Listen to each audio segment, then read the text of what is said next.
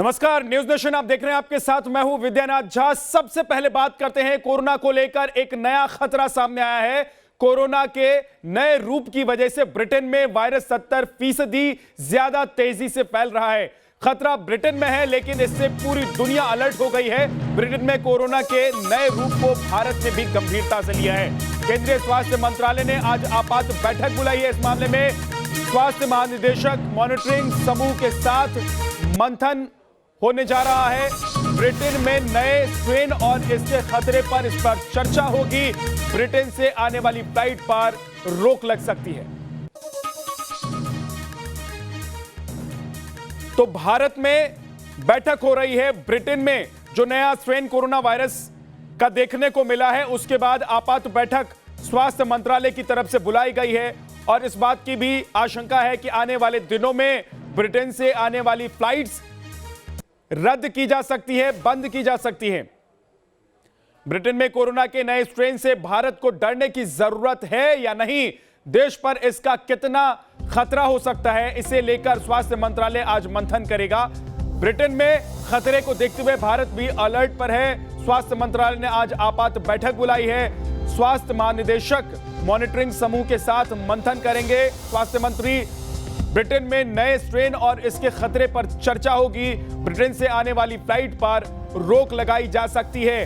तो ये बड़ी खबर आज की। कोरोना के बाद कोरोना का नया स्ट्रेन ब्रिटेन में मिला है, लेकिन पूरी दुनिया भर में इसको लेकर अलर्ट पर तमाम सरकारें हैं। तमाम देश की जो सरकारें हैं वो अलर्ट पर हैं और भारत ने भी एहतियातन आपात बैठक बुला ली है। स्वास्थ्य मंत्रालय की तरफ से यह बैठक बुलाई गई है कि आने वाले दिनों में अगर इस कोरोना स्ट्रेन से खतरा बढ़ता है तो फिर उससे निपटा कैसे जाएगा, और साथ ही क्या ब्रिटेन से आने वाली फ्लाइट्स रोक देनी चाहिए, इस पर भी आज विचार किया जाएगा। ब्रिटेन में जो कोरोना का नया स्ट्रेन सामने आया है उस पर आईसीएमआर के प्रिंसिपल साइंटिस्ट सिमरन पांडा का क्या कहना है, आपको सुनवाते हैं।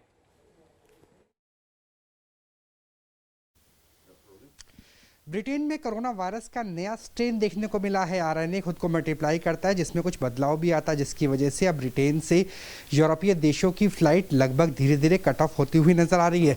भारत में भी जॉइंट मॉनिटरिंग ग्रुप की बैठक बुलाई गई है।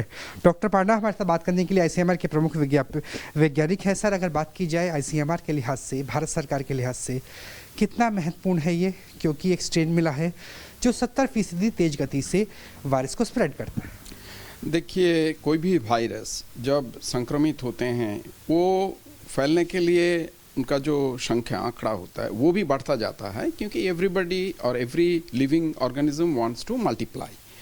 नाउ ये मल्टीप्लाई करते समय थोड़ा थोड़ा परिवर्तन, बदलाव उसमें आता है, ये नॉर्मल है। कोई भी वायरस आप ले लीजिए।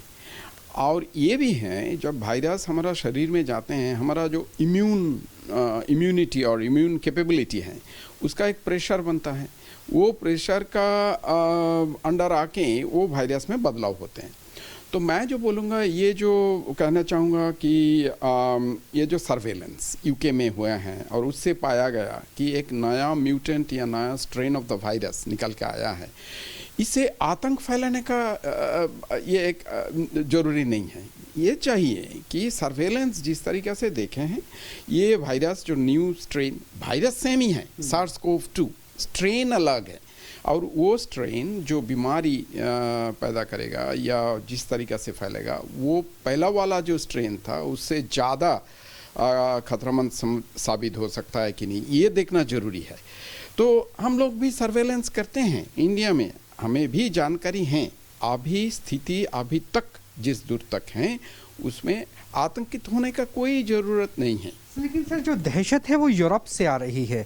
कई देशों में, अगर नीदरलैंड की बात करें, ऑस्ट्रिया की बात करें, वहाँ पर केसेस आ गए हैं। सदर्न इंग्लैंड में तो केसेस हैं ही। लॉकडाउन टायर 4 का कर दिया गया है, ज़्यादा सख्त प्रोटोकॉल कर दिए गए हैं, क्रिसमस सेलिब्रेशन रुक गई है। ऐसे में कितना खतरनाक लगता है, क्योंकि मोर्टेलिटी बढ़ी ना बढ़े लेकिन स्प्रेड तेज़ी से हो रहा है। तो ये सभी देश को करना चाहिए, और इंडिया में भी हो रहा है, भारत में ये हो रहा है सर्वेलेंस।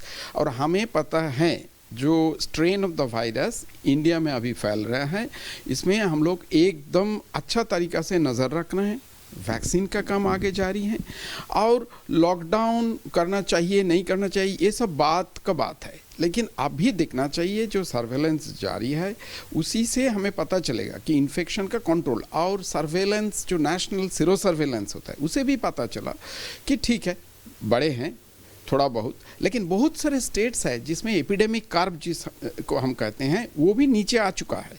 तो मैं बोलूँगा कि पैनिक फैलाने का ज़रूरत नहीं है। सर, आम जनता के लिहाज से दो बड़े सवाल होते हैं। एक तो बहुत मुश्किल से अर्थव्यवस्था पट्टे पर आ रही है, लॉकडाउन होगा नहीं होगा दोबारा से, अंतर्राष्ट्रीय फ्लाइट्स रुक तो नहीं जाएगी क्योंकि बिजनेस की बात करें, और वैक्सीन जो हमारे यहाँ बन रही है आ रही है उस पर तो इस ट्रेन का कोई असर नहीं पड़ेगा। मैं बोलूँगा कि ये जो लड़ाई है ना, वायरस का विरोध जो लड़ाई है, इससे आम जनता का जो भागीदारी बहुत ज़रूरी है। हमें ये सोचना नहीं चाहिए कि हम कुछ हद तक कामयाब रहा तो इसका मतलब नहीं है कि हम वो जो फिज़िकल डिस्टेंसिंग कहें या मास्क का बात कहें या हैंड हाइजीन का बात कहें उसमें ढिलाई ला दें, ये नहीं ज़रूरी है। तो आम आदमी के लिए मैं यही इस दूत तक कहूँगा कि हमें जो प्रोटेक्शन या प्रिवेंशन मेजर्स अपनाना चाहिए वो अपनाना और वो रखना, वो पालन करना ज़रूरी है।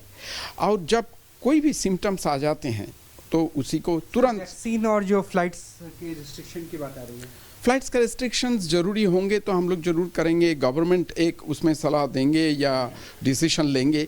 लेकिन मैं जो कहूँगा कि हमारा सिम्टम्स जो हैं, लक्षण कुछ दिखाई देता है तो इसमें तुरंत जाना चाहिए, हमें मदद लेना चाहिए, डॉक्टर लोगों को साथ संपर्क जोड़ के रखना चाहिए।